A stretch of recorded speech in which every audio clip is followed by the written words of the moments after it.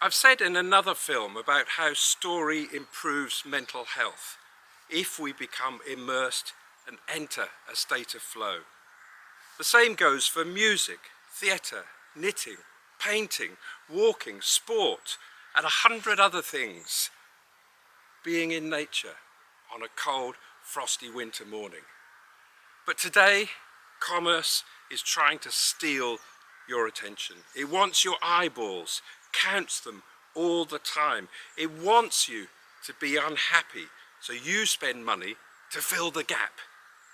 Folktales and stories are full of examples of characters paying attention to place, to nature, and to other people. Attentiveness and immersion are good for climate and nature recovery. Here's a story about attentiveness and immersion, told to Ruth Sawyer, author of the famed 1942 book, The Way of the Storyteller. Told to her by an Italian baker in Boston, a master of marvellous cakes, she says, and of story too.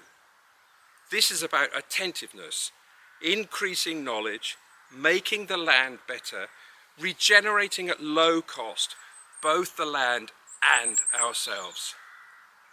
A central message for all our efforts to make agriculture more sustainable, more regenerative. We use more information and knowledge, fewer costly inputs needed. This is called the magic box. In one of the fertile valleys of the Dolomites, there lived a happy farmer called Gino. His land was small, but the vineyards were perfectly formed, the olives watched over and never suffered a frost, his grain was golden, cattle sleek, sheep heavy with wool. Yes, everything prospered because of his care. He had two sons. One was an expert with the sword, the other easygoing, bit of a rascal. The older marches off to war, and old Gino says to the younger boy, "I am leaving you as fine an inheritance as any in the north. Look after it for your elder brother." After he dies, young Tonio settles down to easy living, goes to the fair with friends, stays at the inn, dances and fiddles. Often he sleeps till the sun throws shadows on the foothills. Soon the farm suffers. Bandits steal the cattle, wolves the sheep. The little old oil fly comes in swarms over the olives. The grapes turn thin and sour. The autumn rain mildews the harvest. Rats eat what is left. 10 years pass, and one day Tonio sees soldiers at the inn, drinking and bragging. Suddenly he thinks of his brother. Terror leaps into his heart like fire.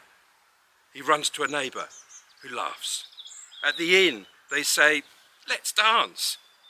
The priest doesn't laugh, tells him to light candles and pray for wisdom. On his way to the shrine, he meets a herd boy who taps his forehead and says, "Master, you're so frightened, it's made you quite mad, like me." Then he whispers, "Go to the gypsy woman in the grotto. Over the pass, she makes magic high and low." So Tonio climbs the mountain, finds the woman as old and withered as a fig. She puts a small copper box in his hand. It is bound and sealed. In the top is a tiny hole. She says, "Every morning, while the dew is heavy, shake one grain of soil from the box in every corner of your land. Barn, fields, pasture, vineyard. See that none is forgotten. Never miss a day, nor look inside. If you do, the magic will be gone." That night, Tonio does not fiddle or dance. He's up early, takes the magic box around the farm. There were cattle unfed, cornfields uncut, scythes rusting in the yard, men asleep in their huts. "Holy Mother," the men say, "defend us." The farmer's looking about just like his father. Every day, Tonio goes, shaking a grain of soil here a grain there, and every morning he sees something that needs care. It finds. It makes him unhappy. Soon the neighbours were wagging their thumbs at him, just as they did to his old father. Soon too the farm begins to prosper. And what happens? The older brother never comes home. Tonio marries, and his daughters look after the farm with care and attention. They are happy too. As he lay dying, he asks them to bring him the box. They break the bands, as his hands by then were weak. He looks inside, eager to find the magic.